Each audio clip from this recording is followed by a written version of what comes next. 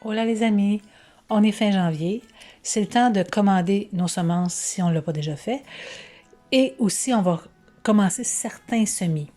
Comme là, j'ai commandé des fleurs annuelles, des impatiens. Je vais commander aussi des vivaces, des rudbecki. Je vous montrerai ça quand je vais les recevoir.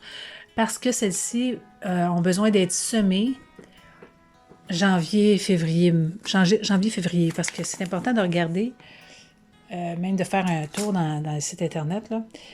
Comme là, tu vois, ça c'est pour être semé. Le semis doit être fait le 1er mars. Puis, allez pas plus tôt que ça, là, à moins que vous auriez un super bon éclairage artificiel, parce que ça va s'étioler, même devant une fenêtre, là, parce que regarde, j'ai même des fleurs de l'an passé, là.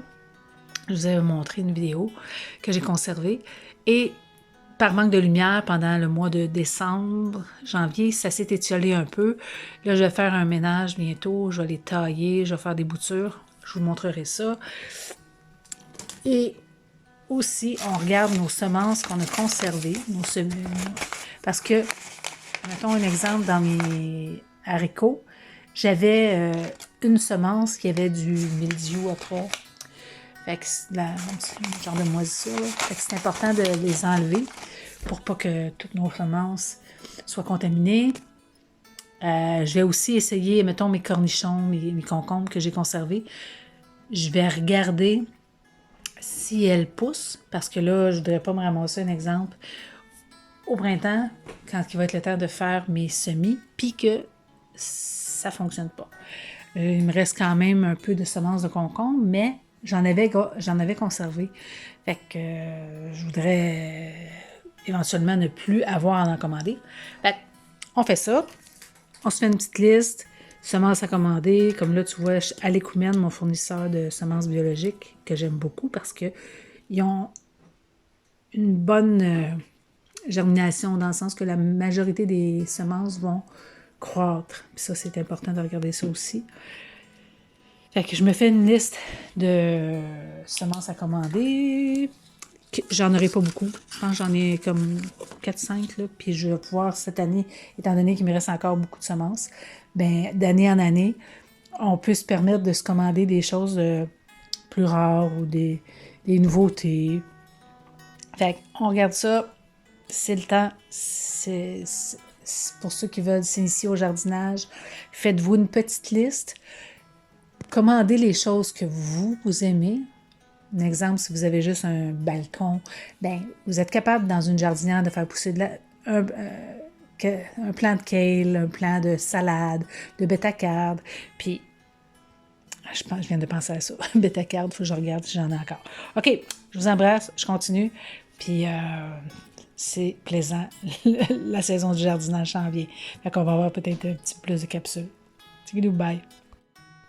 Oups, j'ai oublié de vous parler dans quoi je conservais mes semences. Moi, c'est une boîte que j'ai recyclée.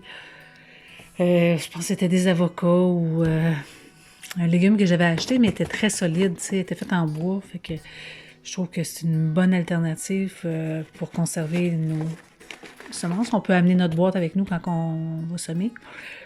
Ça me fait 2 rangées, tu sais, les enveloppes, là.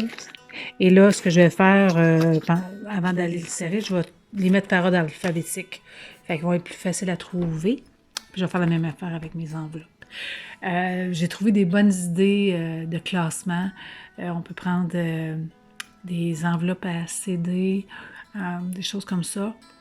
Pour le moment, moi, j'ai dit, cette année, à moins que je trouverais quelque chose de vraiment génial, j'avais commandé un casing, mais je m'attendais qu'il était vraiment plus gros. Là. C'est vraiment la grosseur des pots de pilules.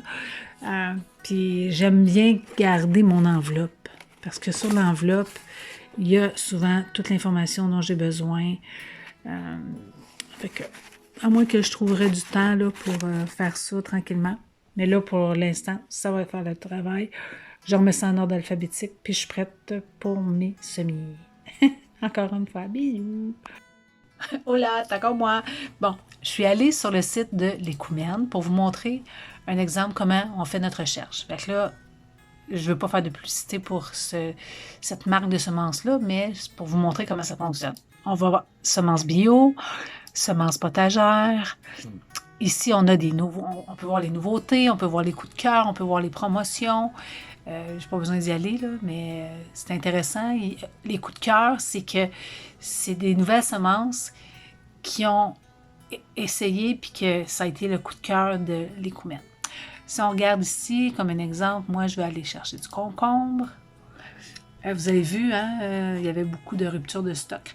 Comme moi, c'est le concombre libanais que j'aime beaucoup, qui est ici, le Green Finger. Il était vraiment bon.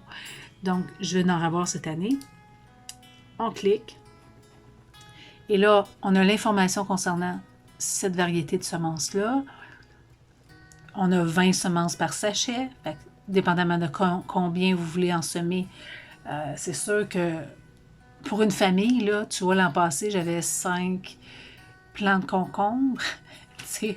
Et on en a eu assez pour... je dirais peut-être cette année, je vais peut-être en planter 10 plants. Mais quand on dit 10 plants, c'est qu'il peut y avoir 2-3 plants parce que moi, je les fais grimper par corde. Et, fait que, tu sais, un sachet, je vais en avoir assez pour moi. Ici, on a de l'information intéressante. C'est que, tu vois, il va nous dire un exemple. Le semis, il doit être planté de 1 à 2 cm de profondeur. Pour germer, ça me prend 28 à 34 degrés. La germination va se faire de 3 à 5 jours. Le semis peut être intérieur ou extérieur. Ça veut dire que je peux attendre, si je n'ai pas de place pour faire mes semis, je peux attendre et le semer en pleine terre. OK? Ça nous dit l'ensoleillement dont j'ai besoin. Un exemple ici, c'est je peux semer le semis idéal, c'est en poquet. En poquet, ça veut dire que je fais 3 trous et dans chaque trou, je vais mettre 3 semences, OK? Plutôt que juste une semence. C'est sûrement aussi pour faire sûr parce que le concombre son taux de germination, en tout cas l'an passé, était moins que les autres. Fait que, on peut voir aussi la culture. La température qui est l'idéal pour cette culture-là. Ici, c'est la transplantation. Ils nous disent si elle est difficile ou pas difficile. Tu vois, il est dans le rouge. Le concombre n'aime pas être joué dans les racines. Fait que on va le planter dans un exemple, un pot qui est biodégradable, qu'on peut directement planter en terre. Ou quand ils disent en poquet, on va planter 3 semences dans notre pot pour être sûr qu'on ne joue pas des racines, on ne défera pas les racines. Ici, c'est comment la distance entre les plants si on fait de la permaculture. La permaculture, c'est-à-dire qu'on met plusieurs variétés de légumes dans le même bac, un exemple. Donc, ils vont nous suggérer de le mettre à 60 cm de distance. Sinon, régulier, c'est 100 cm de distance entre les deux. Moi, personnellement, j'opte pour la permaculture parce que j'ai un petit terrain. Fait que j'essaye de prendre le plus possible de terrain que je peux faire croître des légumes parce que j'ai pas de place. Bon. La récolte, avant d'avoir de la récolte, ils nous disent, bon, ben ça va prendre 60 jours. Fait que, si tu n'as pas eu de cocombe avant 60 jours, tu t'inquiètes. Bon. Ici, c'est la luminosité dont j'ai besoin. Avec un exemple, si tu n'as pas beaucoup de soleil, ben, tu ne commanderas pas de semence qui prend du soleil. Tu vas prendre une semence qui est mi-ombre. Puis là, ça, c'est des détails plus pour ceux qui font de la permaculture. Pour un débutant, je n'irai pas là. Mais ce qui est important à vérifier, c'est l'ensoleillement, OK? Parce que tu vois, il y a plusieurs semences. On va aller voir un exemple. Semences potagères, recherche par filtre. Et là, si on regarde la saison de culture, la luminosité, on peut aller directement dans les semences et dire, OK, moi, je veux des plantes d'ombre. Clique. Les plantes d'ombre, ça nous le dit. C'est moins de 2 heures de soleil. Comprends? Après ça, je veux des plantes d'ombre tolérant un faible ensoleillement. On clique ça. Ils vont nous donner le cerfeuil, le cresson. Plante de soleil tolérant une ombre légère. Et là, on a toutes ces plantes-là. Il y a quand même plusieurs légumes qui peuvent tolérer une ombre légère. Donc, pour faciliter votre recherche, vous pouvez utiliser Semences Bio, Recherche par filtre, et là, on vient voir.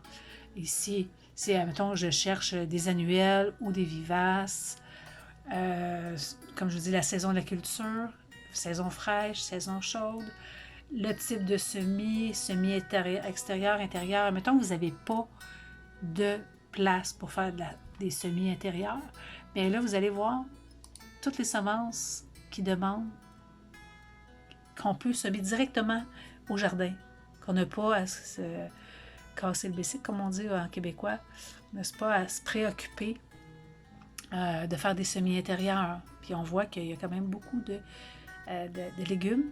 La seule chose, c'est que, comme je vous dis, les semences bio, ils risquent d'avoir beaucoup de ruptures de stock à ce temps-ci. Je ne sais pas s'ils vont en avoir. Mais on a quand même une belle variété. Les haricots, la mâche, justement, je vais m'en commander. Je vais l'écrire, mâche, avant de l'oublier. Mâche. Donc, amusez-vous. Faites vos réserves. Bisous.